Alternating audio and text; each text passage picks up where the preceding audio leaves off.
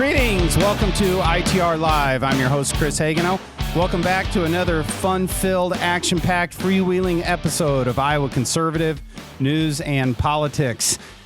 But before we get to all that, gentlemen, I'm joined here with John Hendrickson and Chris Ingstead. First things first today, we need to talk about European monarchies. Yes. I assume most folks just got finished with the Netflix documentaries before they tuned into us. Yes. So you brought it up first this morning, Chris, so you've got to take the lead on this. But Harry and Meghan, are you excited to learn all about them? And I think it's interesting. I think it's fascinating. We've had programs like The Crown, and we've had a number of movies about the Queen. Certainly, the Queen passing. Sort of put her front and center in the news again. So it's kind of interesting. We're actually getting a legitimate documentary to the extent one wants to buy 100% into what Harry and Meghan are saying, I guess. I'm sure it's going to be completely unvarnished, the honest truth about what's going on with those two. And I joke. Look, some of the very serious things that they have talked about in terms of a discrimination or biases, like those are. I don't want to make light of those things at all, and if those things are occurring, that's unfortunate. But generally speaking, for Meghan, she's an actress. She signed up for all of this. She willingly chose to date a member of the monarchy.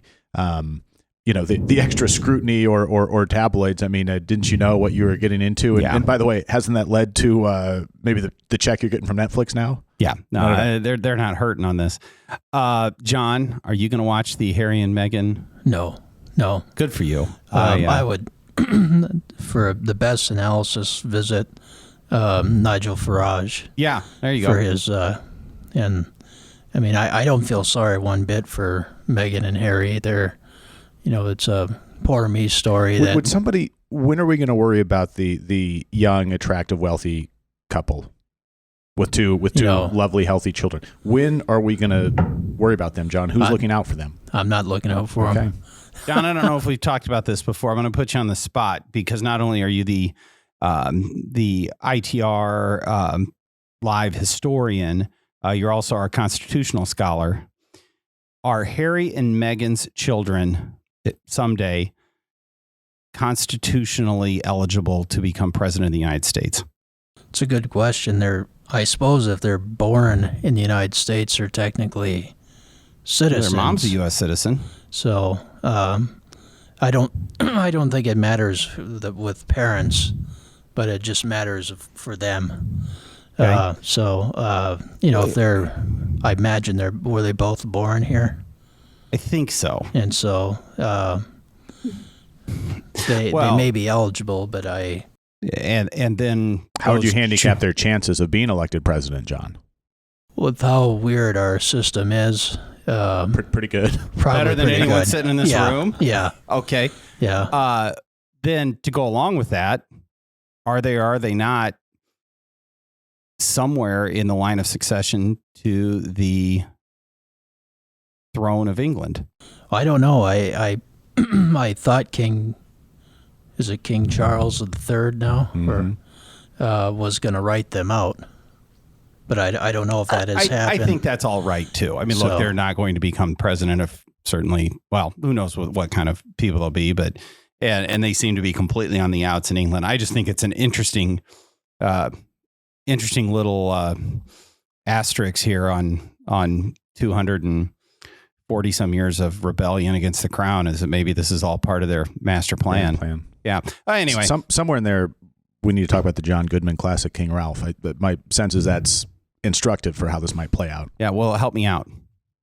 Well, the portrait was taken of the entire royal family, and something went terribly wrong. They all died, and they found that. That's right. That's right.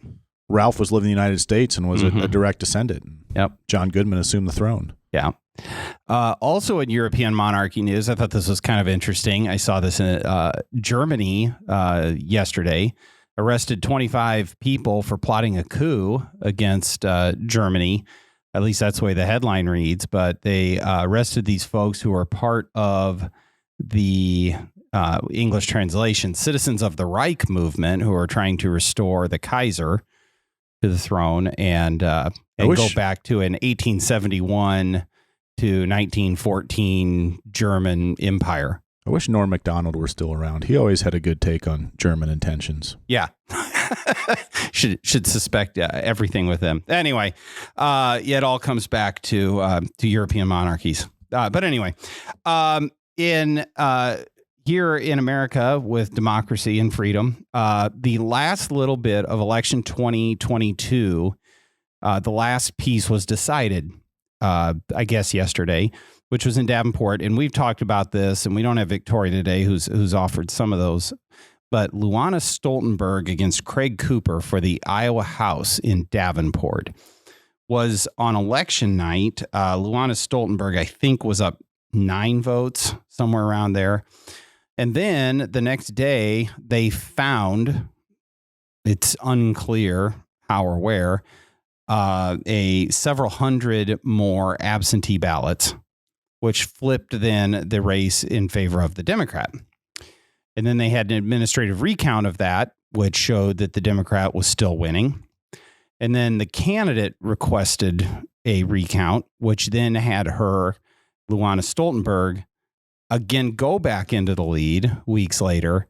And then yesterday, apparently this is now final, and the Democrat conceded, but Luana Stoltenberg is going to win, which is going to give the Republicans a 64 to 36 majority in the Iowa House. Chris, how does I get that you putting aside how those ballots were missing for a while and then found, but I get that maybe you come across some ballots and you go, oh, we need to get these counted.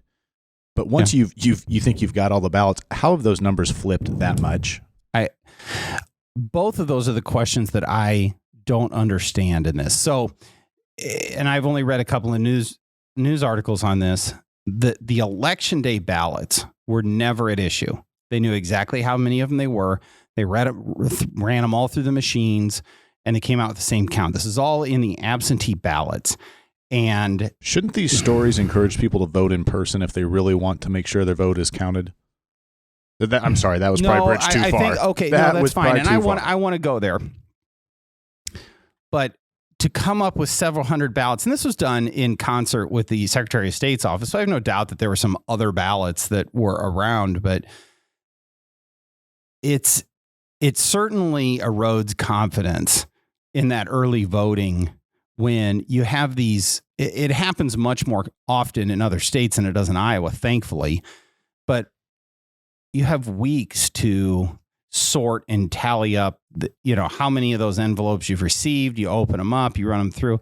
I just don't understand how you get these kind of variations. It just escapes me.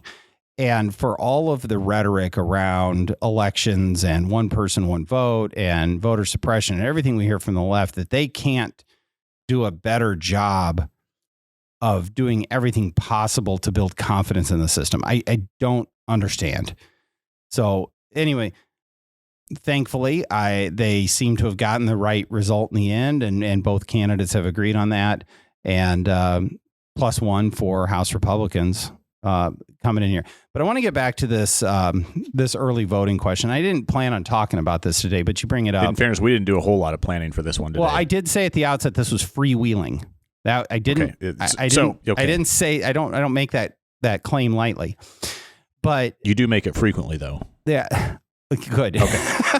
There seems to be a debate going on in Republican circles. Look, the election in 2022 was a disappointment on many levels nationally for Republicans. And so now there's debate about what to do with early voting. And it seems like we've come back around on this a couple of times. And John, I'd be curious what your perspective is on this, but that somehow we have given up on early voting and we should now go back in and try and compete on early voting in order to win in the future. And that's one of the reasons that we underperformed, I say Republicans, on election night. What's your perspective on that debate? I think states and even Iowa should start tightening up the early voting, because I think it leads to fraud. It leads to situations like this. I remember when I first voted, when I turned 18, and and then in college having to get an absentee ballot, I had to have a reason for it at that time. And anyway, ever since COVID loosened up these voting rules where you have mail-in voting and all this, we see all these problems occurring. And so I think we need to try to go back to a more, it's ridiculous to have such a large open window for people to mail in their ballots. And so I think states would be wise to tighten that up and encourage people to vote on Election Day. I agree with all of that. I think that Election Day voting should be the norm and the preference, and there should be early voting for certain people that need to take advantage of that. I've always believed a vote early, a vote on Election Day, it doesn't matter. It's one vote, right? There is a benefit from the mechanical end of running a campaign that once you have that person has voted, it's not somebody that you have to communicate it with anymore, and they sort of drop off of your list. And I suppose that you can do some work to encourage more marginal voters to vote absentee instead of having to chase everybody down on Election Day. So I think there's some value to that as a party, but I think it is misguided to say that the reason that Republicans underperformed in the 2022 election is because they didn't do enough work on early voting. Chris, I can't get there. Jack Hatch wrote an article for the Register talking about Democrat problems in Iowa on election night. Yeah. And he pointed to sort of the, for lack of a better, I'm going to say mechanics of the parties get out the vote and how they should campaign and all these other things, right? Right. And that's not dissimilar to what maybe Republicans have said in other states. Well, we didn't have the apparatus. Is it possible that the candidates, either side of the aisle, regardless of state, is it possible that the candidates in those given states just weren't connecting with voters in those states and their message wasn't selling? Like, do we have too much focus on the apparatus, early voting in person? Right. You know, maybe they should focus on better policies that connect with your voters. The message, the candidate themselves and their ability to deliver the message, and the overall brand of their party, those things matter a lot. Did Herschel Walker not win in November because Georgia Republicans didn't do enough get out, early voting, or was he just a candidate that enough people didn't want to pull the lever for? Which one of those things is more likely? Unquestionably, it was the latter. So I think we're of one mind on that. And John, one more follow-up on your point. Iowa has done a lot of those things that you talked about, of shortening the window and tightening this up and putting controls on it so that it works right. Thankfully, we don't have anything that looks like ballot harvesting in Iowa. The ballot has to arrive on Election Day. All of those are great things to not just to make sure that the vote is counted accurately, but to build the public confidence in the system. So I think that's very important, whichever side of this debate that you're on. Okay. John, you got a couple other things you want to talk about. The federal debt limit is upon us again. Seems like every so often we get to ride this roller coaster with Congress. But what's going on right now with the federal debt limit? This is an issue I think that deserves greater attention. But basically, we're there. I was looking at the Wall Street Journal yesterday, and our current limit is a little over $31 trillion. Is that all? And our debt is... I don't even know how to put that number into context, John. No, I don't. A lot of people don't. And our basically, we're right at the limit. And so what's going to happen probably is there's going to be a huge battle as this current Congress gets ready to adjourn and to raise that limit or possibly a government shutdown. But the real problem is that in the last few years, we've spent over $5 trillion. And so, for example, in 2019, the federal budget was $4.4 trillion. It's grown to $6.3 trillion now. Yeah. And so this spending is really a problem because the question is how much can we continue to spend? How much can that debt escalate before the whole thing collapses, because right now it's 150% of our GDP. When do those chickens come home to roost? And that's a question that we don't know, but it's getting to the point where, the interest payments on the debt alone is going to be a huge factor in the budget, and nobody in either party is taking it seriously. That's the disappointing part. Can they not just continue to inflate or print money, or can monetary policy keep that sustainable? No. Well, I mean, certainly the left would argue that it can, that it doesn't matter. I think that's starting to take root on the right. Yes. That school of economic thought that can be done. And I think it's one of those Chicken Little stories, because, well, the debt's $31 trillion, nothing's happening, so we can just continue to spend, and as long as we have some growth, then it's fine. And so I think that's a mistake. I mean, this is that. As long as we have checks left in the checkbook, we must have money in the account, John. Yeah. I mean, the other thing that happens, and I'm sure it will in this, you're cutting deals. These are legislative leaders that know they need to pass this spending resolution or whatever it is, and it starts getting filled with pork, buyouts, carve-outs, and it just makes for really bad policy. Yeah. I don't know that we run any risk of a government shutdown on this one. What does that even mean, though? I mean, they closed the Washington Monument, but it's not like we start saving some taxpayer dollars. No, it doesn't. But it also bears noting that at least until early January, Democrats have total control of Congress and President Biden. They can cut whatever deal they want.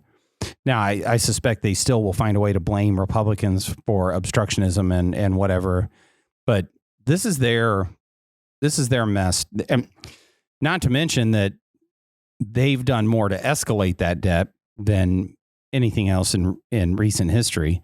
But it's...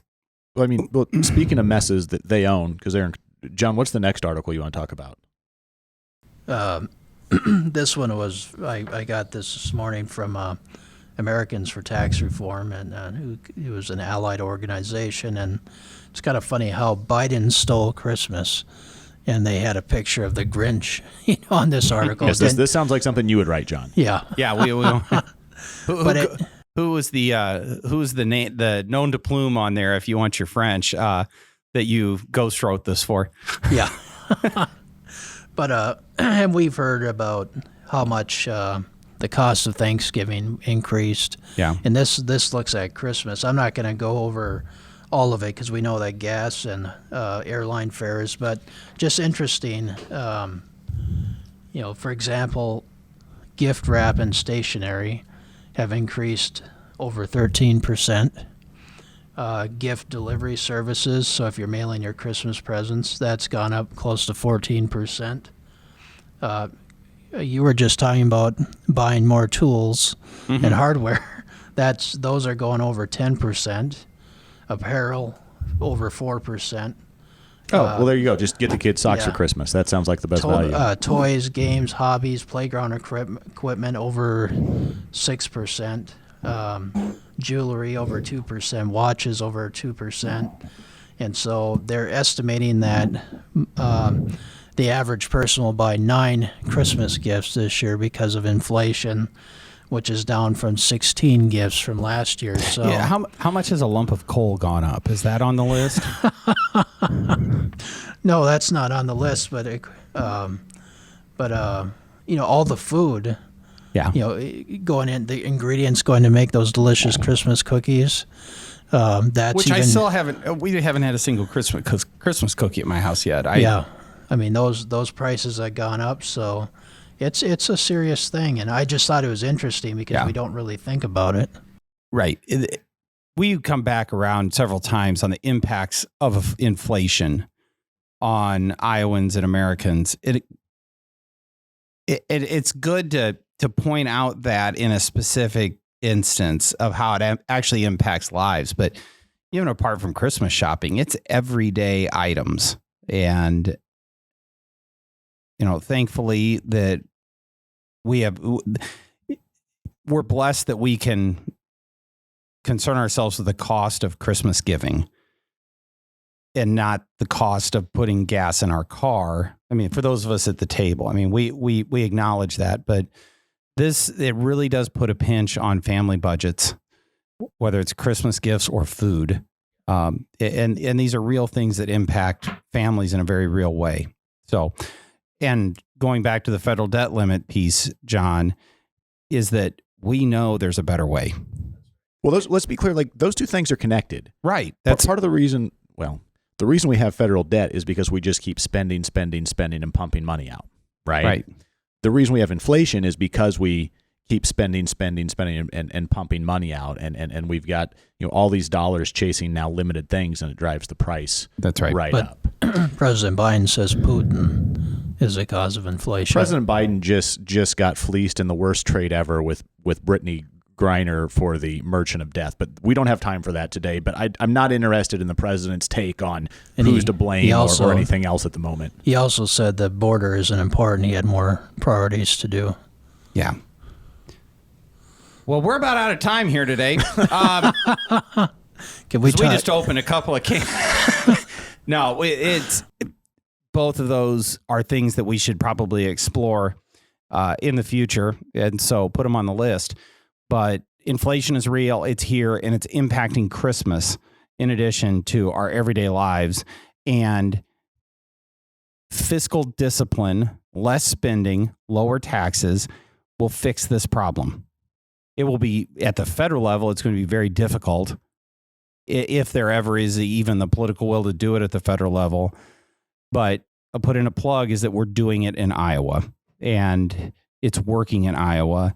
And despite all of the headwinds that come from the misadventures of Congress, is that things are good in Iowa and we're heading the right direction.